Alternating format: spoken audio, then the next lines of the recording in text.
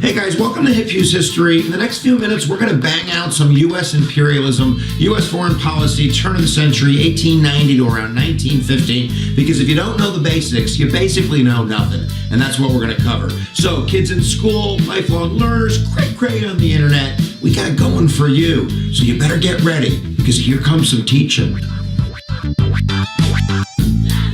I really want to emphasize that we're going to do a concept-based lecture here, guys. So if you have to do a paper or you're doing a project, you got to do research for real. Go do some reading, but this should give you enough to whet your appetite there. So I think I would start with the basic idea of thesis. Like every foreign policy is always the same. It doesn't matter if you're Putin in Russia today or you're talking about, McKinley back in the 1890s in U.S. history. It's I, me, mine. Foreign countries are like people. They basically run on ego. They do things for themselves. They do things for their own self-interest. And that's really like a great way to start thinking about this. So let's kind of, go over the basic idea, which I call belly rubbing. And, I kind of like rub my belly. And this kind of should give you, basically two thoughts. I'm either really hungry or my belly hurts, and my belly doesn't hurt, which means I'm hungry. And this is the idea of U.S. imperialism and imperialism in general, that countries get hungry. They get hungry as they grow. And if you think of what's going on in the 1890s in U.S. history,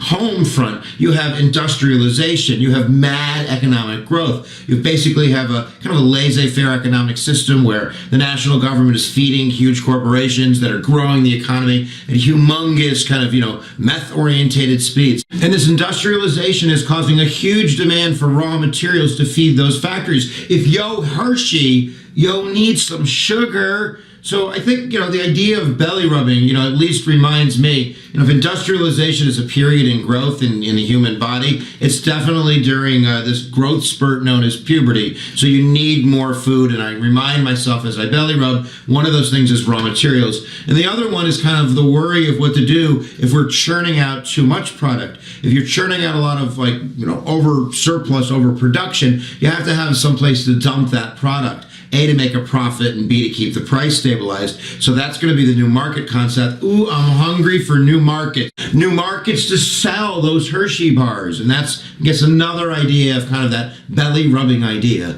The other kind of concept is we're hungry for naval bases. And the mission is to build an imperial navy, like something that we can really control our destiny in our own hemisphere and do this kind of exploration concept. And you need bases to do that. You're going to need places like the Philippines and Hawaii and Cuba. I'm not justifying, I'm not saying it's the right thing, I'm saying it is what occurred. If I kept going and I thought about belly rubbing, I would think about kind of the idea that we have this hunger for our destiny, this manifest destiny. It's the Frederick Jackson Turner thesis, that it's the frontier that defines America, of us always continually kind of moving forward. And the imperialist is going to say that that's not going to end in California, that should go beyond into the Pacific Ocean. And if you take that to the furthermore, you would argue that that's what sends us to the moon and to Mars, that we're continually seeking that out. So I think that manifest destiny is another kind of that hunger concept. And there's definitely other kind of reasons why we're going to imperialize. If you're running a paper or whether you're doing multiple choice, you should know about white man's burden. White man's burden is kind of the racist cravings that we have. There's the racist that kind of says we don't want to go to these places because